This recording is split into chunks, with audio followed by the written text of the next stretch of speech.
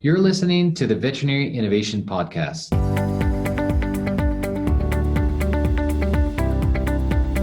You're listening to the Veterinary Innovation Podcast. My name is Shawn Wilkie, and along with my awesome co-host, we interview the innovators in this space every week. Ivan, why don't you go ahead and introduce today's guest?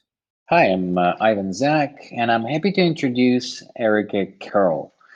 So I met Ericka recently. We kind of communicated over LinkedIn, and then we met at Vet Partners meeting as well as in Vegas. So Ericka, really happy to have you here. We super advertised you on our webinar where we had, I think, close to 200 people. And I'm really excited to invite you here. So Ericka is currently a Master of Business Administration candidate at Frankfurt School of Finance and Management. She recently completed her thesis entitled Reinventing Veterinary Medicine for the Digital Age, where she explored how veterinary practices can strategically identify and implement digital tools in their existing workflows. She also holds a bachelor degree in biochemistry and molecular biology from Boston University and doctorate of veterinary medicine from University of Pennsylvania. She also is a diplomat of American Board of Veterinary Practitioners, specialized in canine and feline practice, and she spent 5 years of her career as a veterinary corps officer in the U.S. Army, where she developed skills in operational management, leadership, and emergency preparedness, which is probably why she was so prepared for this COVID thing. Upon leaving military service, she spent 3 years as an associate veterinarian in small animal clinical practice, and where I assume she learned all the nightmares that we see in management.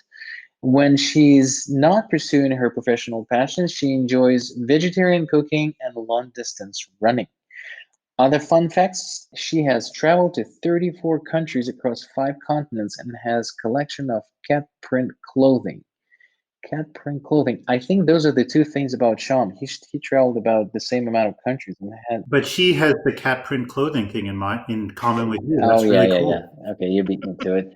Ericka, super interesting to have you here. I want to dive into as much as we can. The reason why I invited you is because of everything that you've done so far, but specifically because of the COVID right now and the article that you wrote about the employee utilization and workflow for veterinary clinics during the COVID-19.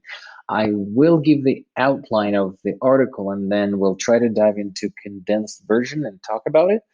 So it covers the workforce division, workflow, acute care examples, and how to manage them during the COVID-19, steps to manage the change, which is very helpful, and then some FAQs for management veterinarians.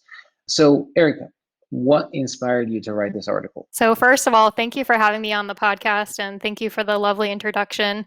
As you mentioned in the introduction, I recently wrote my MBA thesis on digitalization in veterinary medicine.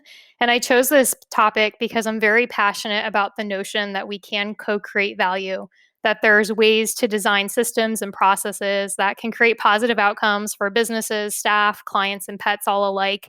And I believe with some creative and innovative ways of thinking, there's frequently opportunities to do this, even in difficult situations like the COVID-19 pandemic. So I know this time certainly has created some very unique challenges for veterinary clinics, in particular, how to uphold these rules for social distancing, for guidelines in regard to safety and ethics, but also in terms of how do we address new needs of employees and clients. So maybe people have new schedules with children staying home from school, or maybe them themselves need to be in isolation because they're at risk for the virus. So even though we have all of these new challenges, we still have all of our existing goals. We still want to provide quality veterinary care. We want to make sure urgent medical needs are addressed. And certainly we need to continue generating revenue for the clinic so that we can stay viable and provide this care. And so, along with that, I think we also really want to continue to empower veterinarians with tools that they need to support their clinical judgment and professional expertise in providing this care. So, I think when we think about all those challenges and those goals, we first of all ask, like, is this possible? Is there ways to do this? Because some of these goals really seem to contradict each other.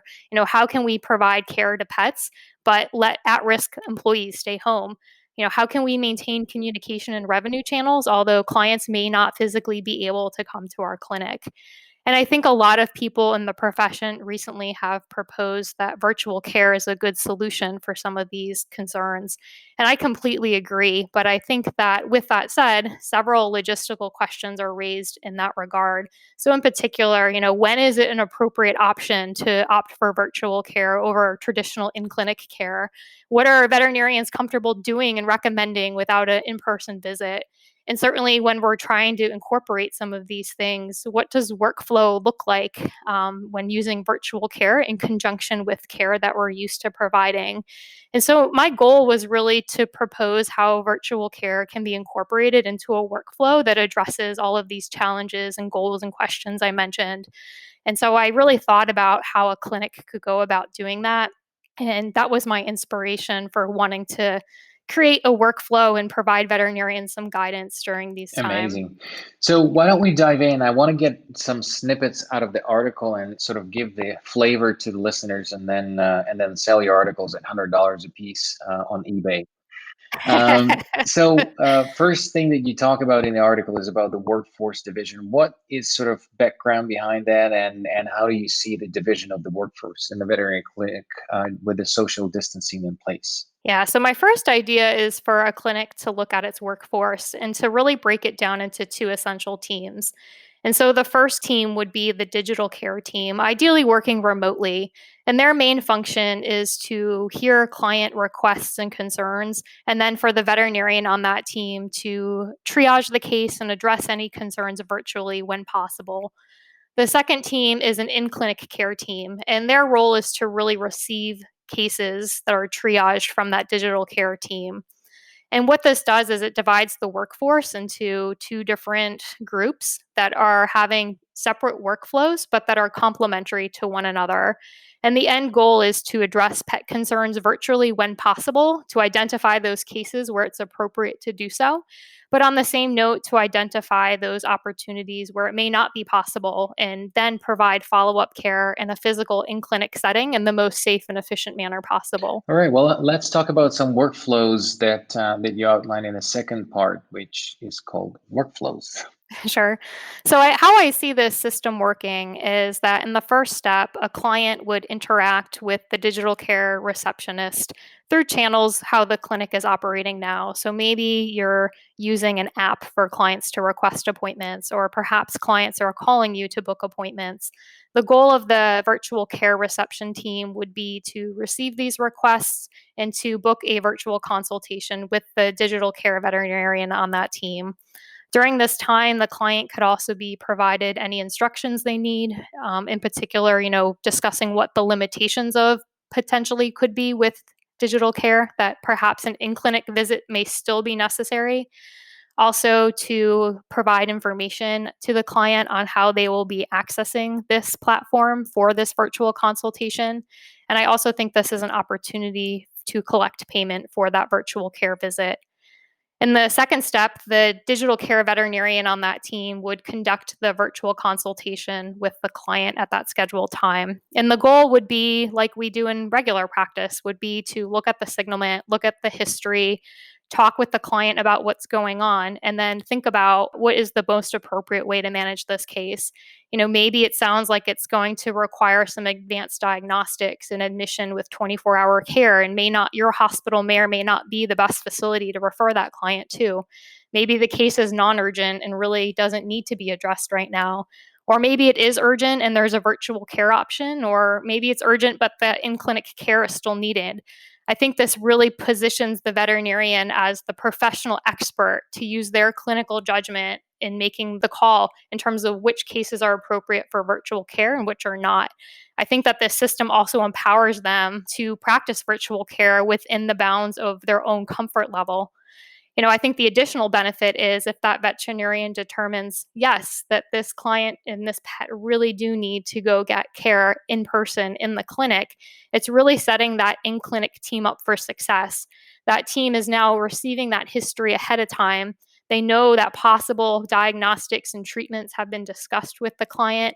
And this really expedites that in clinic appointment, increasing convenience and time spent at the clinic for that client, which I think is really important, especially nowadays when that client, may have to wait outside or maybe away from their pet. with the COVID-19 measures in place at the clinic. That makes a lot of sense. Could you maybe walk us through like some specific conditions that you think could follow that kind of triage path of the digital team interacting with the client and then leveraging the in-clinic team? Maybe just a few concrete examples. Absolutely. So I think back to my days being in clinic, and I thought about some examples how I thought this could play out. So perhaps there's a 6-month-old male Labrador puppy, and that puppy had 2 episodes of vomiting that morning.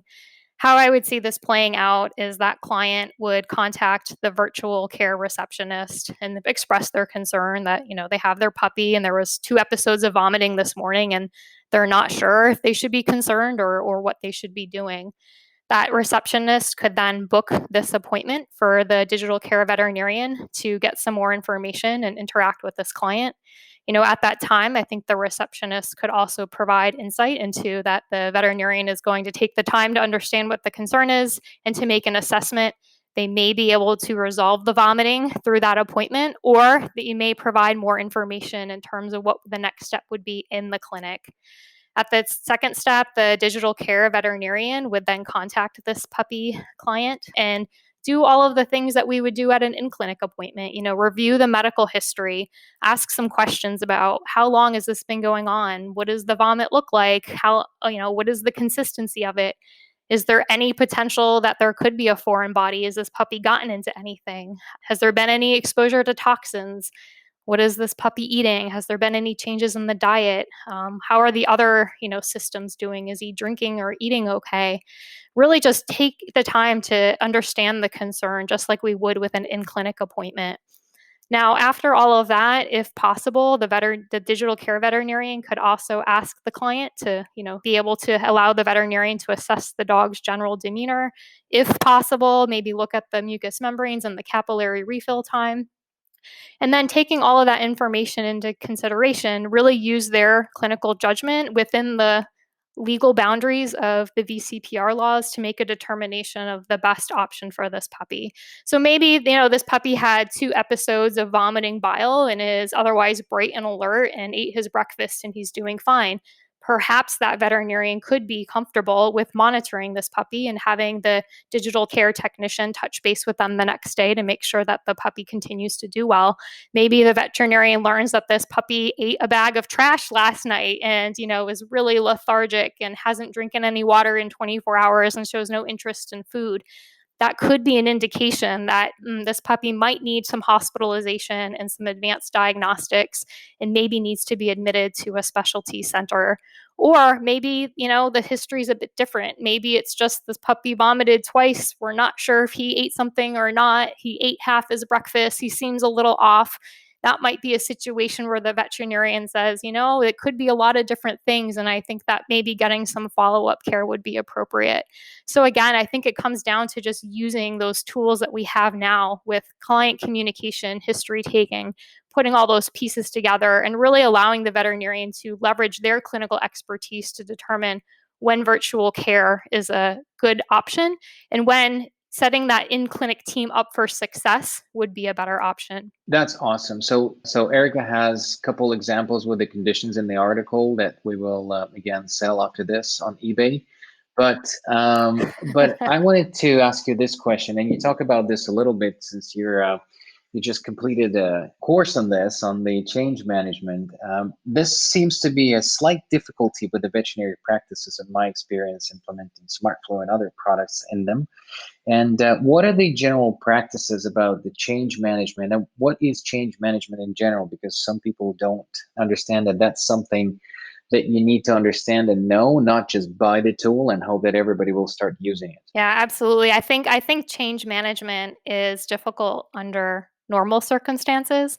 So having the COVID-19 pandemic certainly makes that aspect even more challenging. I was sitting in a change management course during my MBA right before the pandemic, and there was a quote in the notes that said, "Never let a crisis go to waste." And I think that's certainly resonating with me now more than ever. And so I think during this crisis time, the number one thing to do is we really need to communicate the sense of urgency that this is placing on clinics. Again, what are those new challenges that your clinic is facing? What are your concerns that you're trying to to overcome, and really communicate that to your team members.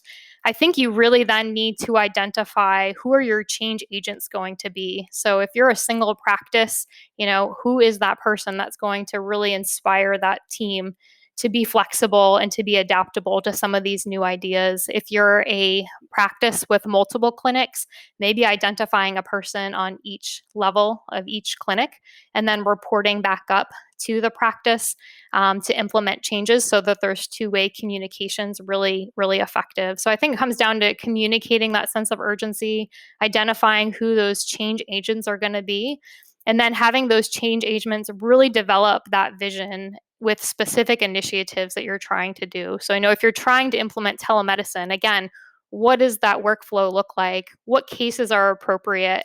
Who should be making these determinations? Really come up with a solid vision with specific initiatives that you're trying to accomplish, and then really communicate that vision to create buy-in. I think another big important thing is we need to think about barriers and remove some of those barriers so that we can really empower action. So, with telemedicine, do our team members have the right technology? Do they have the right technology capabilities to be successful with this? I think just sort of throwing telemedicine out there and expecting everybody to know how to use it right off the bat is unrealistic. So making sure that all barriers are addressed and really celebrating those short-term wins, looking for those short-term success stories to continue to build momentum with your change, and then continually learn and improve from the process. So I think it's one of those things that's much easier, said than done. I think that when we think about change, it's very easy to come up with a step-by-step process.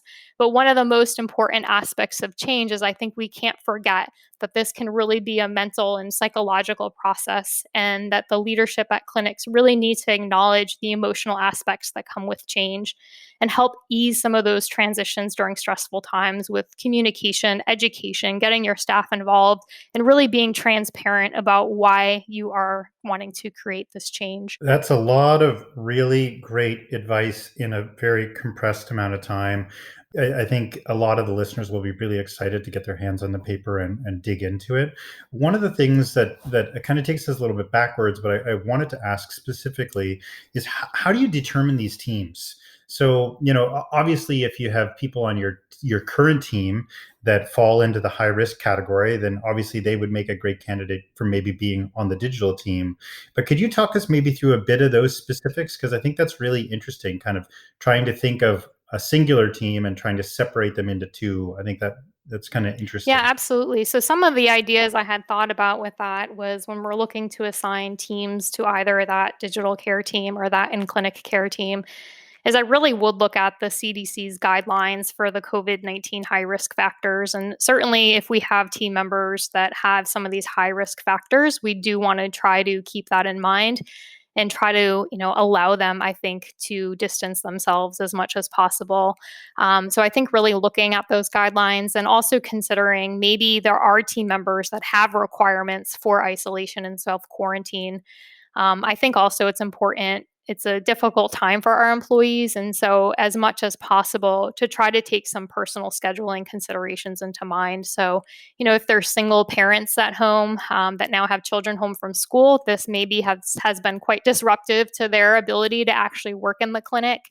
And creating an environment that supports those employees, I think really will help with employee motivation and retention and build loyalty to the clinic. In terms of how you go about actually assigning the teams, I certainly think there's the opportunity to allow employees to sort of self-volunteer for which a team they think is appropriate. I think obviously if everybody volunteers for the same team, there will have to be a way to balance it. And that's where I think it's the role of, if that were to happen, clinic leadership to really do things like look at risks, maybe develop a risk survey and assign teams based on what is most appropriate. Wow. So much information in one episode. I think that this is awesome. I mean, there are a lot of noise that I'm hearing about everybody jumping in. Let's do telemedicine. And then, okay, now telemedicine is in place. What's now? And then, looking at the stats, it's like, great, everybody has it now, but there's no muscle memory as a team to use it. So I'm glad that you expanded so well on this topic and actually articulated the methodology, because it's easy for us to kind of talk about how it's not done well from the podcast, but you actually took the time and articulated the sort of manual. As I read your article, I thought about this is what it is. So great to have you on the podcast. We always ask these two questions, and I wanted to ask you as well. Anything recent, especially from maybe about change management, that you can suggest that you maybe listened or read, the podcast, the TED Talk, something on YouTube, or just something that inspires you in general that you could suggest to the listeners? Yeah, sure. So I think during times of change and uncertainty, it's really important to make sure that we have our emotions work for us and not against us. And I think that when we're thinking about change also starts with you. And so I think a good book I would recommend is Emotional Intelligence by Daniel Goleman. I think also during these times where it's really stressful and uncertain, taking the time to just reconnect and find small escapes from reality can be really important. And for that reason, I would consider rereading All Creatures Great and Small by James Herriot. Thank you for that. And then anybody that you know in your network that we should interview, in your opinion? So, with the onset of all of these telemedicine questions circulating around the veterinary industry right now, I would recommend Jess Trimble. She has vast experience in telemedicine and digital health in the veterinary space. And I would also consider asking some of the leaders from the U.S. Army Veterinary Corps on to gain some insights into how they lead and adapt their teams during a crisis or periods of change. Thank you so much for listening to the Veterinary Innovation Podcast. If you want to hear about our new episodes, please follow us on any social media channel. Also, you can check out our website at veterinarynnovationpodcast.com. See you next week.